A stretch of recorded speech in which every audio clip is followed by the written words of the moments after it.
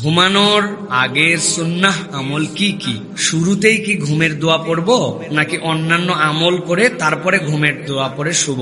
দয়া করে মাসনুন বিষয়গুলি আমাদেরকে জানিয়ে দিবেন। প্রিয় ভাইয়েরা, মানুষ যখন ঘুমাতে যায় আল্লাহ রাব্বুল আলামিন এই ঘুমকে দুইটা পার্টে ভাগ করেছেন।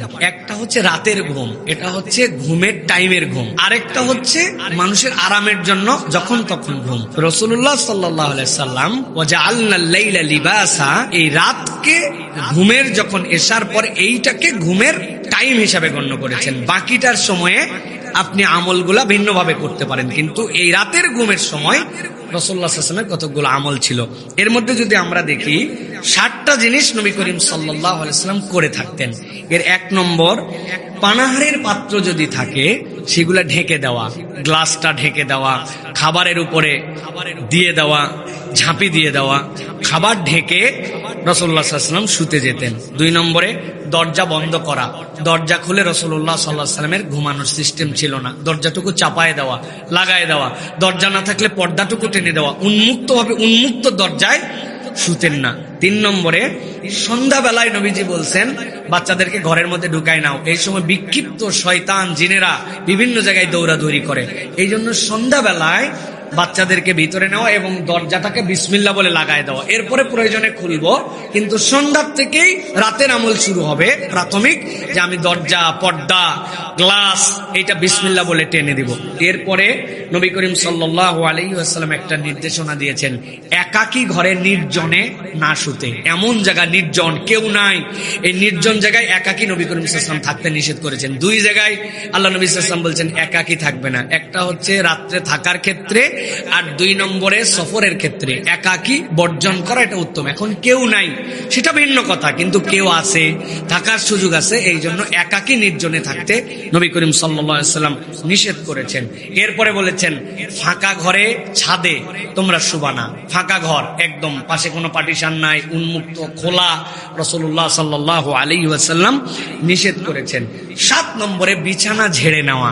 বিছানা ঝেড়ে নেওয়া এটা নবী করিম সাল্লাল্লাহু আলাইহি ওয়াসাল্লাম অনেক ক্ষেত্রে নির্দেশ দিয়েছেন। অনেক জুব্বা, কাপড়, কোট অনেক দিন পর্যন্ত ঝুলানো থাকে, এইগুলার মধ্যেও বিতাড়িত শয়তান আশ্রয় গ্রহণ করে। বিসমিল্লাহ বলে এইগুলা ঝেড়ে নেওয়া, তারপরে পড়া, এটা অন্যতম গুরুত্বপূর্ণ একটা দায়িত্ব। তো এইগুলা হচ্ছে ঘুমের প্রিপারেশন আমাদের জন্য। এরপরে যখন বান্দা শুয়ে গেছে, শোয়ার আগে 4টা আমল আছে, এটাকে আমরা একটু ভিন্নভাবে ব্যাখ্যা করতে পারি। 1 নম্বরে, নবী করিম সাল্লাল্লাহু আলাইহি ওয়াসাল্লাম শোয়ার সময় আয়াতুল কুরসি পড়া মিস করতেন না।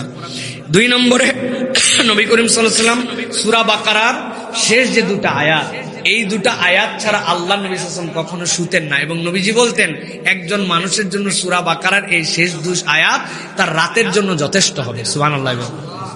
এটা গেল।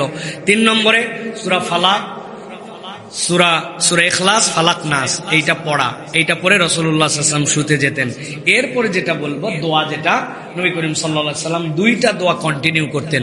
আল্লাহুম্মা আসলামতু নাফসি, আল্লাহ রাসূল সাল্লাল্লাহু আলাইহি ওয়াসাল্লাম বলতেন আল্লাহুম্মা আসলামতু নাফসি ওয়া আজ্জাহতু ইলাইক, আল্লাহ আমি আমার আত্মাকে আপনার কাছে সমর্পণ করলাম। আল্লাহ ওয়া আজ্জাহতু ওয়াজহি ইলাইক, আমার মুখকে আপনার দিকে করে দিলাম। তার মানে আপনি আল্লাহর কাছে সমর্পিত হতেন। এরপরে রাসূলুল্লাহ সাল্লাল্লাহু আলাইহি ওয়াসাল্লাম বলতেন আল্লাহুম্মা বিইসমিকা আমুতু ওয়া আহইয়া।